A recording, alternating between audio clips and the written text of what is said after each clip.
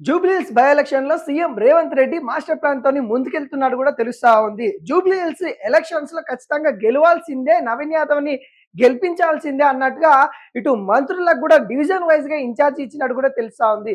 అదే విధంగా జూబ్లీహిల్స్ ఓటర్లను ఉద్దేశించి ప్రణాళికను సిద్ధం చేసుకుంటూ ముందరికి వెళ్తా ఉన్నారు.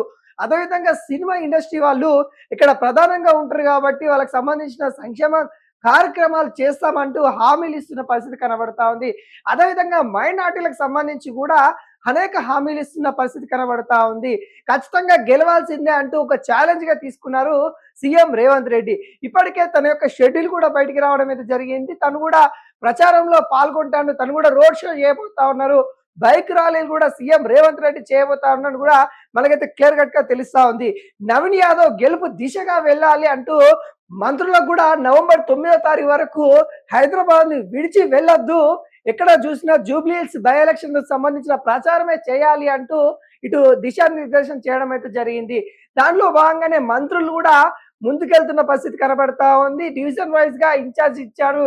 ఇక్కడ మంత్రులకి ఎమ్మెల్యేలకు కూడా ఇటు ఇన్ఛార్జ్ పదవులు ఇచ్చినట్టు కూడా తెలుస్తా ఉంది. కాంగ్రెస్ పార్టీ మొత్తం జూబ్లీహిల్స్ లోనే కనబడతా ఉంది. ఇటు సీనియర్ నేతలు, ఇటు ఎమ్మెల్యేలు ప్రతి ఒక్కరు కూడా ఇటు జూబ్లీహిల్స్ బై ఎలక్షన్ ప్రచారంలో పాల్గొంటున్నట్టు కూడా తెలుస్తా ఉంది. అధికారంలో ఉన్న పార్టీ ఖచ్చితంగా గెలవాలి, ఒకవేళ గెలవకపోతే ఇటు అధిష్టానం నుండి కూడా మాట వచ్చే అవకాశాలు అయితే కనబడతా ఉంది.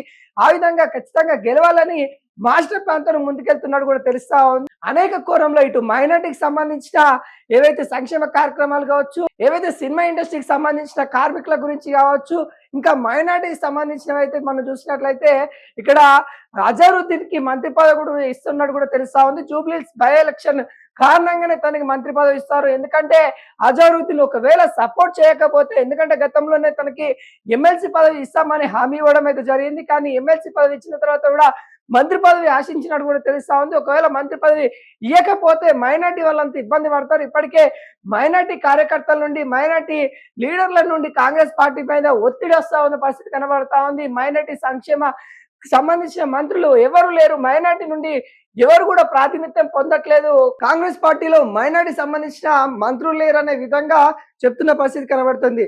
దాంట్లో భాగంగానే ఇటు అజరుద్దీన్ కి ఎమ్మెల్సీ పదవి ఇస్తున్నట్టు కూడా తెలుస్తా ఉంది. రేపు ఉదయం 11 గంటలకి గవర్నర్ సమీక్షంలో ప్రమాణ స్వీకారం అజరుద్దీన్ చేయబోతున్నట్టు కూడా తెలుస్తా ఉంది. జూబ్లీహిల్స్ ప్రజల్ని ఉద్దేశించి సంక్షేమ కార్యక్రమాలు కొంత మేనిఫెస్టో కూడా ఇవ్వనున్నట్టు కూడా తెలుస్తా ఉంది. అక్కడ సంబంధించిన రోడ్ల వ్యవస్థ కావచ్చు, లేకుంటే పారిశుద్ధ సంబంధించిన పనులు కావచ్చు, లేకుంటే అక్కడ శ్మశాన వాటికకు సంబంధించిన పనులు కావచ్చు, వాటన్నిటి మీద సీఎం రేవంత్ రెడ్డి హామీ ఇస్తున్నట్టు కూడా తెలుస్తా ఉన్నాడు కూడా ఇక్కడ క్లియర్ కట్ గా తెలుస్తా ఉంది. మరి జూబ్లీహిల్స్ బై ఎలక్షన్ లో CM Revanth Reddy master plan వేసినట్టు కూడా తెలుస్తా ఉంది.